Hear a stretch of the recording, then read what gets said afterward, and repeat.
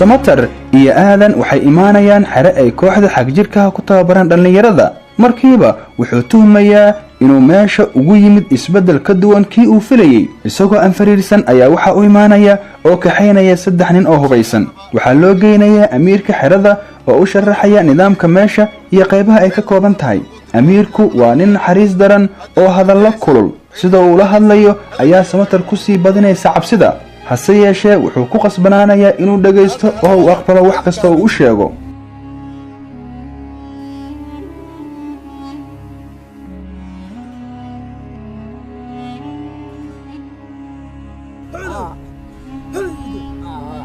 maalmaha uu joogo xerada wuxuu indhihiisa ku arkayaa ficilo iyo habdhaqan argagax leh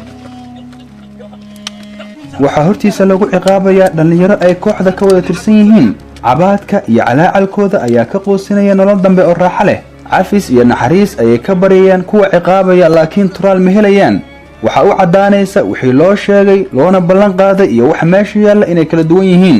meesha uu yimid gogol quman iyo istirax ma leh qalalaase iyo cabsigelin ayaa ugu weyn abaalada la iska waraabiyo hubka sida loo adeegsado shanqarta rasaasta iyo qaraxyada ayaa ah dhawaqyada ugu badan ee dhegihiisa ay maqlaan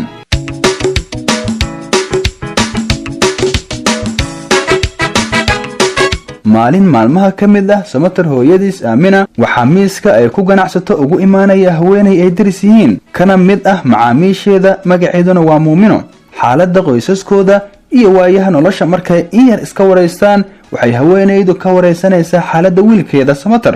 dad badan oo xaafadda degan way og yihiin in muddo la la'yahay kadibna la ogaaday inuu ku biiray al-shabaab